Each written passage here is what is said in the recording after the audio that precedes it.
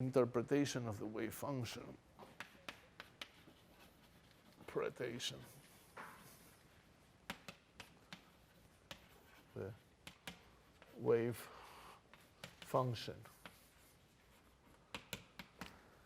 So you should look at what the inventors said. So what did Schrödinger say?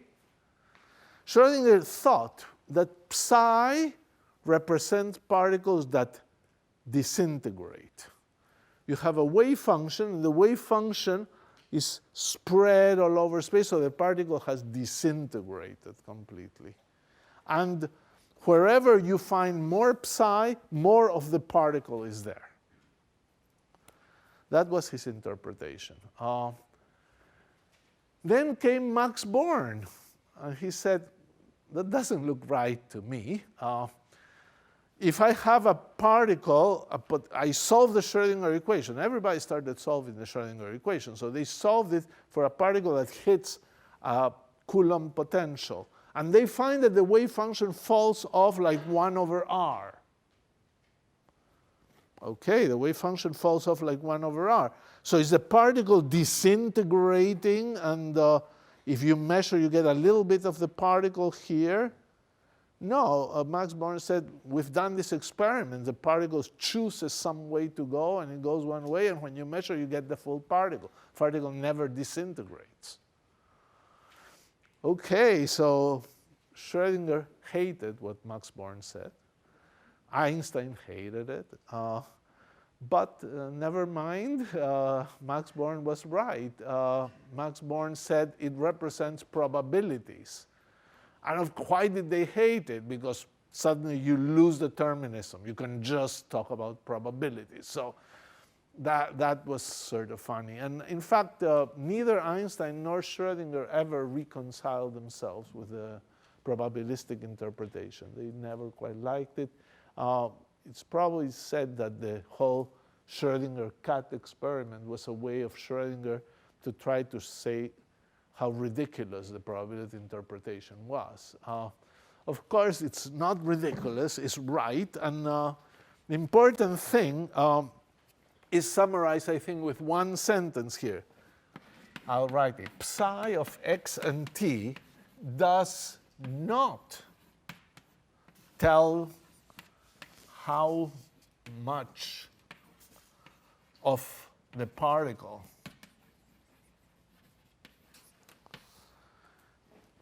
is at x at time t, but rather what is the probability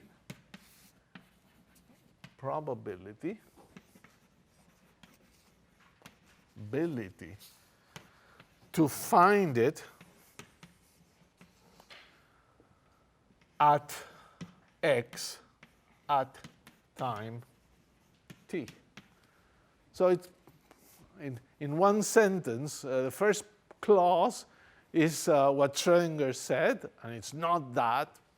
It's not what fraction of the particle you get, how much of the particle you get. It's the probability of getting it. But that requires a little more precision, because if a particle can be anywhere, the probability of being at one point typically will be 0. It's a continuous probability distribution. So the way we think of this is we say we have a point x. Around that point x, we construct a little cube, d cube x, and the probability dp, the little probability to find the particle at x t in the cube, within the cube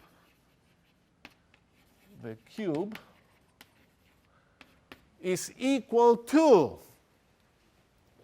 the value of the wave function at that point, norm squared, times the volume, d cube x. So that's the probability to find the particle at that little cube. You must find the square of the wave function and multiply by the little element of volume. So that gives you the probability distribution, and that's really what the interpretation means. So it better be, if you have a single particle, it better be that the integral all over space of psi squared of x and t squared must be equal to 1, because the particle must be found somewhere. And the sum of the probabilities to be found everywhere must add up to 1.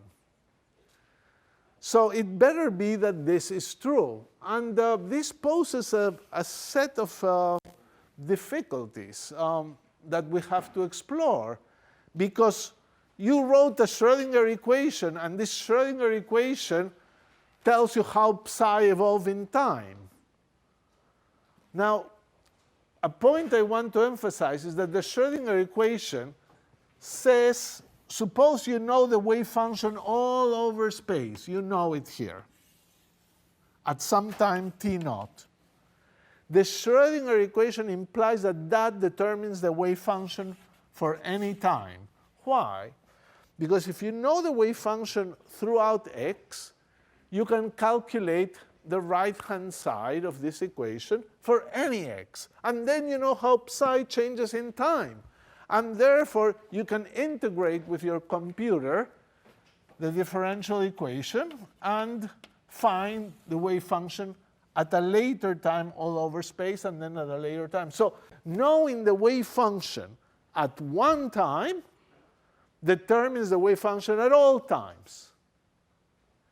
So we could run into a big problem, which is, suppose your wave function at some time t naught satisfies this at the initial time.